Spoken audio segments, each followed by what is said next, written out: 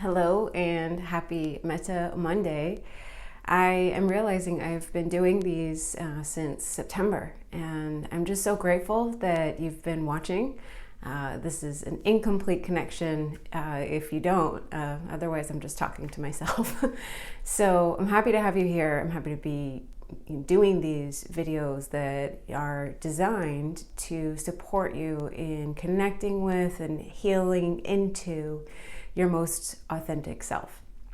And today I am going to talk about the Buddhist concept of interdependence and how it relates to a neuroscience concept of co-regulation. I really love weaving these two things together, Buddhist philosophy and the science of emotional regulation.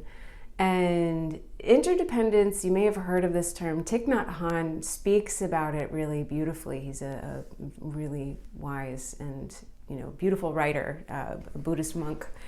And he, in his book How to Love, he talks about this concept of interdependence, of how we all, rely not just only on each other, but just on the very, elements around us. I'm sitting on a chair.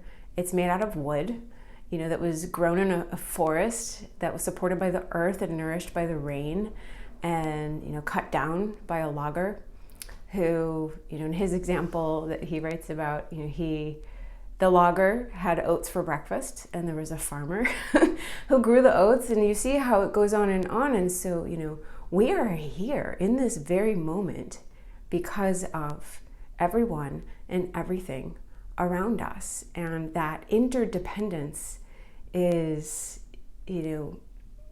ever present, unavoidable. So even if you consider yourself the most independent person, you are here because of how you were formed, or in spite of how you were formed. And, there's no way that we can't always be in relationship to everything at all times. I am in relationship with this chair. I am sitting on this chair. It is supporting me, and my weight is pushing it down, and so on and so forth. And so when you think about the way that you move through your day and your world, in this related way, it helps, for me, it helps connect the concept I was talking about a lot last month and the month before, the polyvagal theory. And I won't do the full recap. There's other videos where I've done that. But the principle of co-regulation ties directly to the polyvagal theory. There's 3 nervous system states, and the most balanced is ventral vagal. I mean, I love this green heart that I decided to wear today. I didn't even think about it until I sat down. This is a really great symbol of the ventral vagal state of the nervous system. So this is the part of the parasympathetic nervous system where social connection happens. And this is the state that a really balanced caregiver has for a baby. When a baby is born, when we were all born, we were incapable of emotionally regulating ourselves. And so we relied upon social connection for the first several months of our life. I think the first year. I'll get that statistic for you.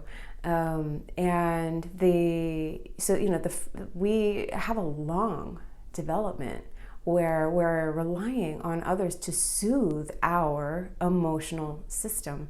And over time, we learn through good co-regulation, we learn about how to return to ventral vagal from either, that sympathetic, hyperactive nervous system state, or a more shut down dorsal vagal. We learn how to return back to ventral vagal. So the point of regulation, whether it's inner self-regulation or, relational co-regulation, the point is it's more about returning back to ventral vagal than it is about staying here. That's impossible. We live, we get out of balance. And so emotional resilience is being able to rewrite ourselves back in this balanced state. And we can't do this alone. We are wired for social connection. The ventral vagal part of the parasympathetic nervous system is all about social connection. And so I just invite you to remember that, especially if the holidays are hard for you. Reach out. The other option I talked about last week is, kicking discomfort up into the pinball of the mind and letting it bounce around. Or you can pick up the phone and call somebody who is in a ventral vagal state, or who, most likely will be, that you can count on. And if you don't have that person that you can count on, shoot me a message. I will connect you, I will refer you, because we all deserve that. Even if connection historically hasn't felt safe, there's a way to return to that safe sense of being able to connect and settle the nervous system. We all deserve this peace. And because we're interdependent, my well-being, I'm going to get a little verklempt here, my well-being is dependent on your well-being.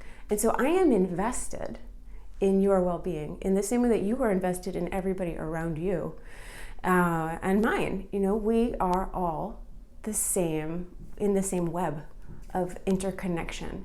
And, we are only as well off, in terms of health, well-being, and peace, we are only as well off as the worst person. So, it is our responsibility to tend to not just ourselves, but everybody around us.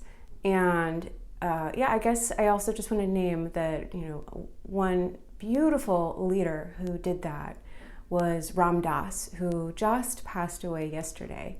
And so I just invite you to just read up on him. If you don't know him, read some of his quotes, watch some of his videos.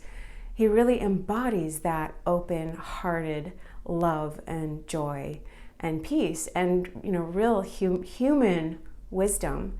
So that's my invitation to you today, is to remember you're not alone, to remember that we can't do this alone, that we can count on one another, that we're wired to do that. And that's all I have. I wish you a beautiful and peaceful and skillful day, and I'll see you next week.